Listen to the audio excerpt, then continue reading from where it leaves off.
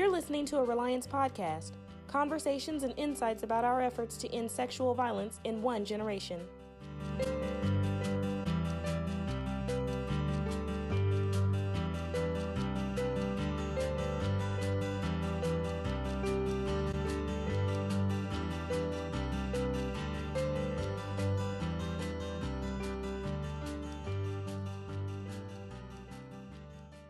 As we start to look at the big picture, how do we get to some of these conversations that are like the basis for them? The bad jokes, like that's not okay.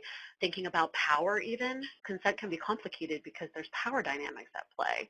So like if there's any kind of imbalance where one person has power or influence over things like a money, job, a place to live, reputation, these all things come into play. And so when we think about that, that could look like age difference, levels of ability, position in society, even privilege, right? These can limit someone's ability to say no or to feel like their needs and their feelings are being even heard. What you're saying is where it all really starts, and I'm extremely passionate about this. But at the core of all of it is if you can get to people, and the whole reason I started SafetyChick is because everything I'd read about personal safety was always so negative and daunting. And I've been training law enforcement forever, all men, all the time, marketing to fear.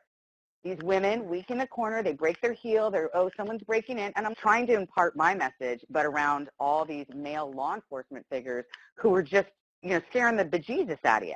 And that doesn't do anybody any good. I like to take the fear out of crime, and so I'm all about knowledge is power. So teaching and showing people in all different aspects how you can protect yourself, how you can decrease your odds, what you can do, lifestyle changes, lifestyle choices, that's what it's all about. You know what, I'd follow that up too with there's a lot of young people who are looking at their own behavior now differently. They're hearing so much more than they may not have identified before, even in their own, like perhaps they've crossed the boundary or they've crossed the line, and then they're reflecting on their own kind of what happened, so-and-so doesn't talk to me anymore.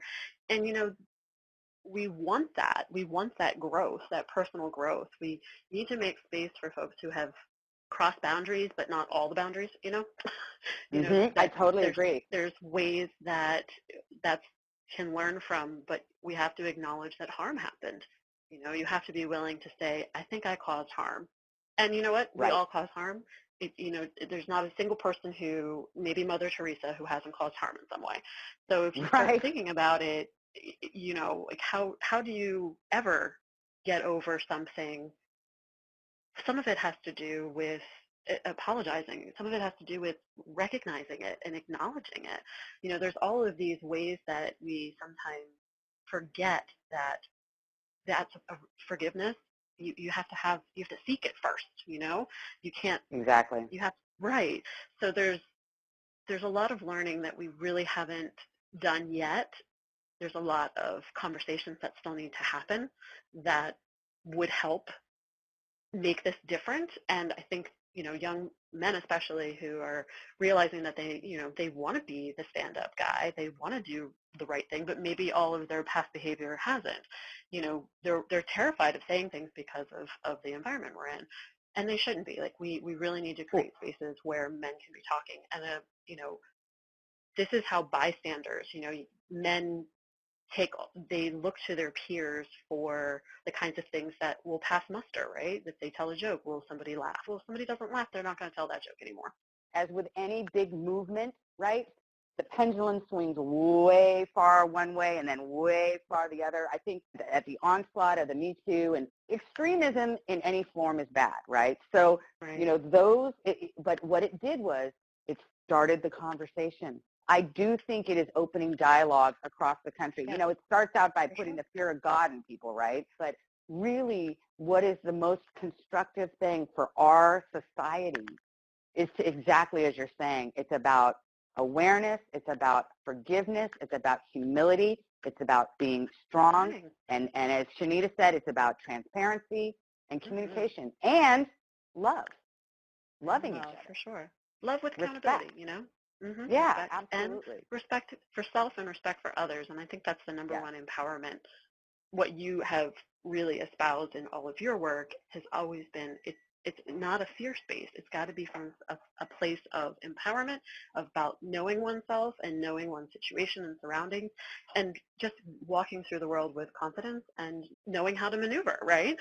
So, Right. you know, as we're talking about Sexual Assault Awareness Month this April, all of our resources are free to download. We have tons of videos and palm cards for I Ask for Consent. We have one around digital consent, how to teach consent to younger people, like what power is when it impacts consent, and that's all on our homepage at www.nsvrc.org/SAM. That's SAAM for Sexual Assault Awareness Month.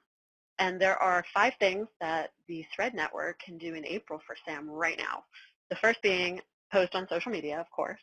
Wear that Thread Reliance t-shirt and use the hashtag SAM and hashtag IAsk. Number 2 is share this message. You know, post the videos, link to support about SAM and information about why consent is important. Number 3, you can find an event near you. You can search our event page and promote events in your community. You can, number 4, model consent. You can commit to having a conversation about consent with your partner, your friends, your faith groups, your community, this network. You can model it. And number 5, report back. Share what you're doing with the Thread Network. We want to hear, you know, like this is the power of the network. First of all, I love your organization. The work you're doing is phenomenal and greatly needed. I mean, that's it. I love it. And my Thread sisters out there, we have such a great community. We really do. And it's a group of women, honestly, that genuinely wishes well for each other. And that really, truly is what we're all after, right? And in terms of these young adolescents coming through, I mean, instilling in them that they just, the best way to live life is to genuinely wish well for each other and really get behind each other and help. And the Thread Network is definitely that. And then if anybody does out there have any safety concern, and I do speaking for adolescent girls and their moms or boys or whatever, so hit me up at SafetyChick.com. I'm Kathleen at SafetyChick.com, and just looking forward to continuing the discussion.